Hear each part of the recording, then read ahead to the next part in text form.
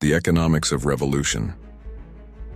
In the late 18th century, tensions were rising in France, driven by severe economic troubles that had plagued the nation for decades. The extravagant spending of King Louis XVI and his predecessors had left the country heavily in debt and financially unstable. After becoming involved in the costly American Revolutionary War in 1778, France's debt ballooned to unprecedented levels. Higher taxes were imposed on the French people to try and pay this off, but it only exacerbated resentment against the monarchy. Peasants and workers struggled under the burden of heavy taxation, while the privileged nobility were largely exempt.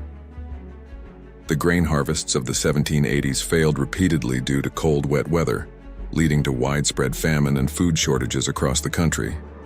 Starvation gripped both rural and urban areas as the price of bread skyrocketed out of reach of the poor.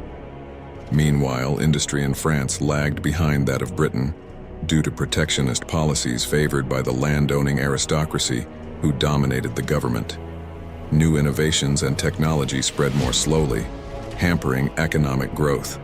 Agricultural reforms to promote more efficient large-scale farming posed a threat to peasants who faced having their small landholdings swallowed up.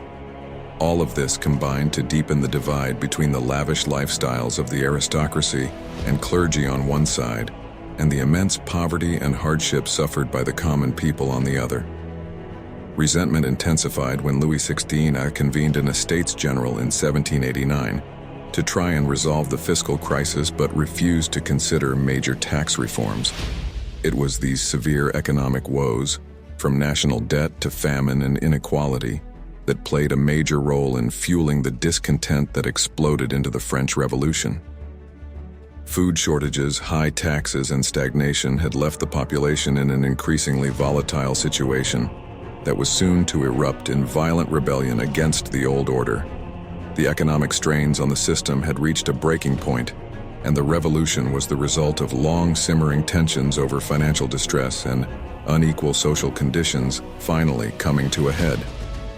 This led to the collapse of the absolutist monarchy and the beginning of sweeping changes with far-reaching impacts still felt today.